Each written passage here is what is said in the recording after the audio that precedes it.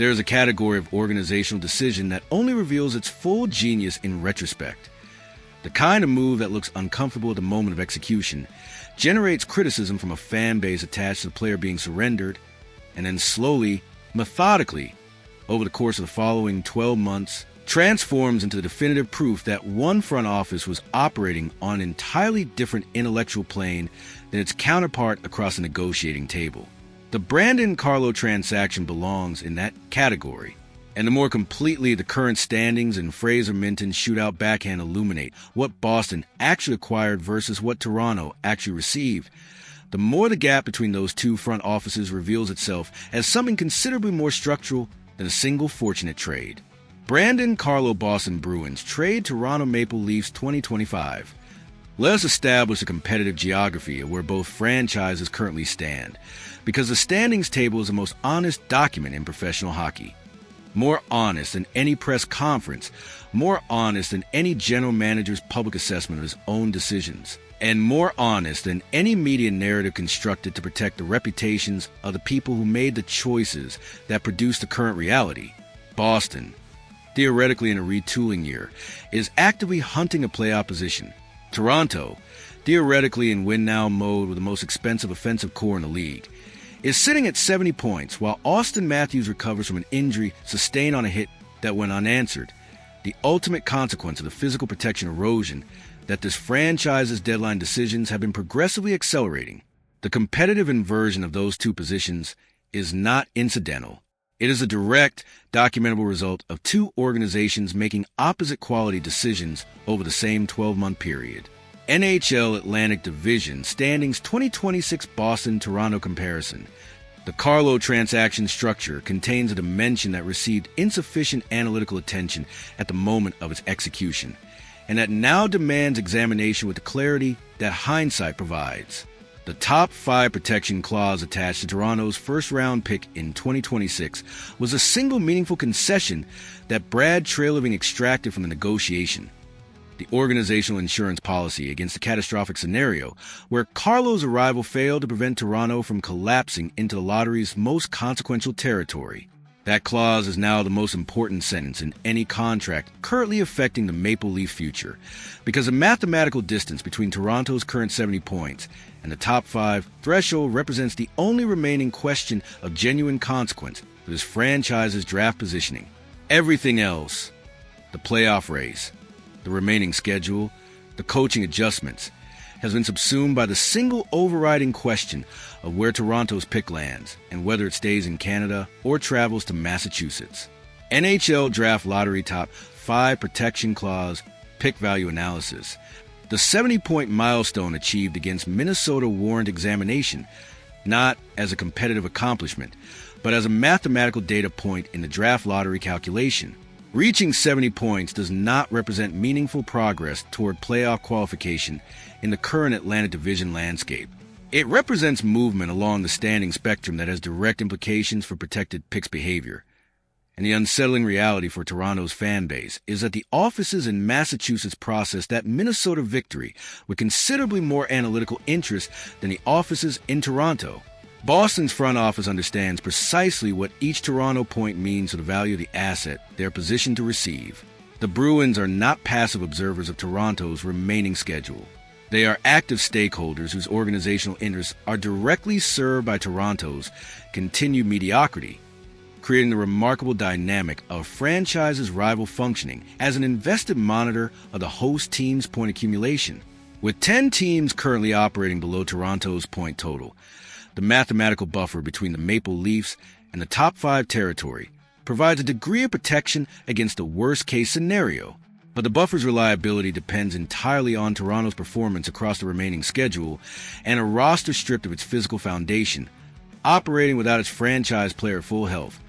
Coached by a staff whose system implementation has been complicated by the constant roster instability of this deadline period, is not a roster that generates mathematical certainty in either direction.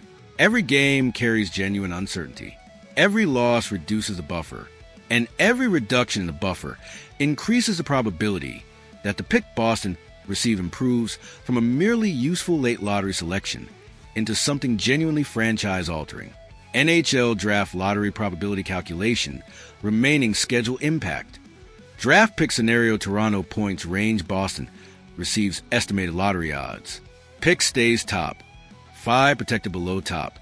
5 threshold pick stays in Toronto not applicable. Protection activates. Pick transfers. Late lottery 71 to 82 points late. First round pick low impact.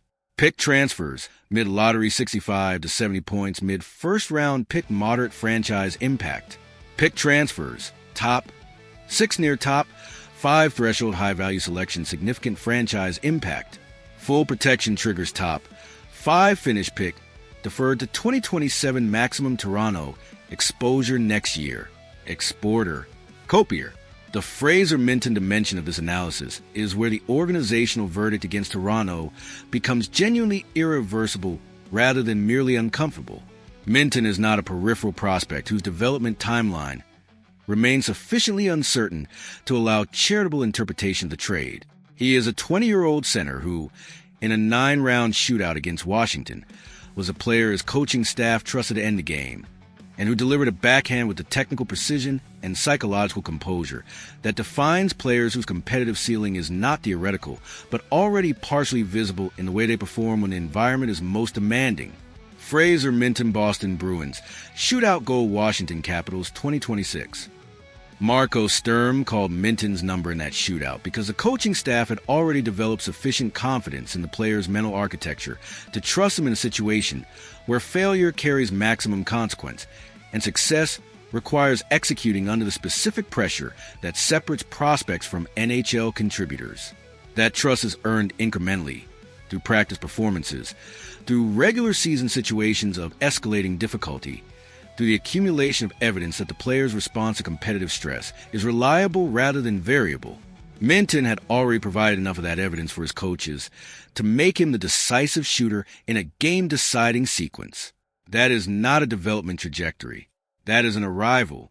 Boston acquired that arrival for Brandon Carlo, a defenseman whose physical contributions were genuine and whose organizational loyalty deserved respect, but whose biological trajectory at the time of the transaction was moving in the direction that all physical defensemen eventually move, toward the diminishing returns that age imposes on players whose value is concentrated in the athletic dimensions most susceptible to decline.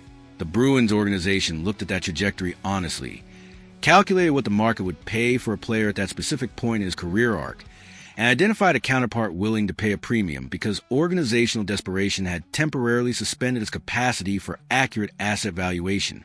What they received in return was a player whose trajectory points in the opposite direction, toward increasing returns, toward expanding capability, toward the kind of competitive ceiling that organizations spend years and significant resources attempting to develop and rarely acquire through trade at any price approaching fair value.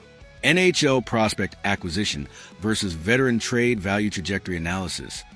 The dual first-round pick positioning that Boston now occupies heading into what projects as a consequential draft class deserves specific attention as a competitive multiplier. Possessing 2 first-round selections in a draft with genuine franchise-level talent available throughout the lottery range does not simply double a franchise's individual probability of acquiring a meaningful player. It creates optionality, the ability to make one selection based on the purest assessment of available talent and deploy the second selection as either a complementary acquisition or a trading chip that can generate additional roster assets based on how the draft board develops. Organizations with 2 first-round picks in significant draft years have historically leveraged that optionality to accelerate competitive timelines in ways that single-pick franchises cannot replicate regardless of the quality of their individual selection.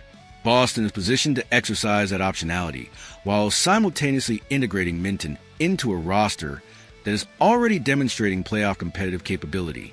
Toronto is positioned to watch that process from the outside, having contributed the asset that makes it possible. NHL 2 first-round picks draft strategy competitive advantage. The organizational lesson embedded in this complete transaction arc is one that the Canadian hockey media has been reluctant to articulate with full analytical honesty, because its honest articulation requires acknowledging failures that extend beyond individual decisions into the institutional culture generating those decisions. The Carlo trade was not primarily a failure of asset valuation, although the price paid was clearly above market for the player's actual competitive contribution at that stage of his career. It was primarily a failure of organizational self-knowledge. Toronto did not accurately understand what was wrong with its own competitive identity, and that misunderstanding led to the identification of a defensive veteran as a solution to problems that were simultaneously deeper, more structural, and more systemic than any single player's presence could address. Carlo was prescribed for a diagnosis that was itself incorrect. The patient needed different medicine entirely, and the organizational culture that produced the incorrect diagnosis remained fundamentally unchanged by the transaction that was supposed to correct it. NHL organizational self-assessment failure, trade deadline misdiagnosis. Boston's organizational clarity in the same period is the photographic negative of Toronto's confusion. The Bruins identified the precise moment when loyalty to a player's historical contribution needed to give way to honest assessment of that player's current and future value. They executed the transaction at the price the market supported. They deployed the returns, Minton, and the pick positioning in a framework oriented toward the next competitive cycle rather than the current one, and they have arrived 12 months later in the position of a franchise whose retooling year has produced more genuine competitive progress than Toronto's win-now year, while simultaneously holding assets that will continue generating competitive value for seasons beyond the current one. That is not fortunate timing. That is a systematic application of organizational discipline to a market where discipline is consistently rewarded and consistently rare. Boston Bruins organizational discipline, rebuild, retool success model. The 70 points Toronto holds are simultaneously too many to access the draft's most transformative selections and too few to constitute genuine playoff contention in the Atlantic Division's current competitive landscape. It is a precise positioning that produces the worst possible organizational outcome. Missing the lottery range that generates franchise-altering selections while failing to qualify for the postseason competition that would at least provide competitive experience and potential revenue. It is a standing that Brad Treliving must now navigate with a roster stripped of its physical depth, a franchise player returning from injury, and a fan base whose patience has been tested beyond the point where marginal competitive improvement generates meaningful goodwill. The Boston Bruins did not defeat Toronto in a trade. They simply understood the transaction clearly when Toronto did not. And the standings, the shootout backhand, and the draft positioning are now communicating that understanding to every organization in the league with the comprehensive clarity that only results can provide. The draft lottery mathematics will resolve themselves across the remaining schedule. The question worth debating below is whether the organizational culture that produced the Carlo trade, and every transaction this franchise has executed in the surrounding period, is capable of the genuine institutional transformation that building something sustainable actually requires, because the picks and the prospects are consequences. The culture that generates the decisions is the cause, and until that cause is honestly addressed, the consequences will keep arriving in the same direction they have been traveling.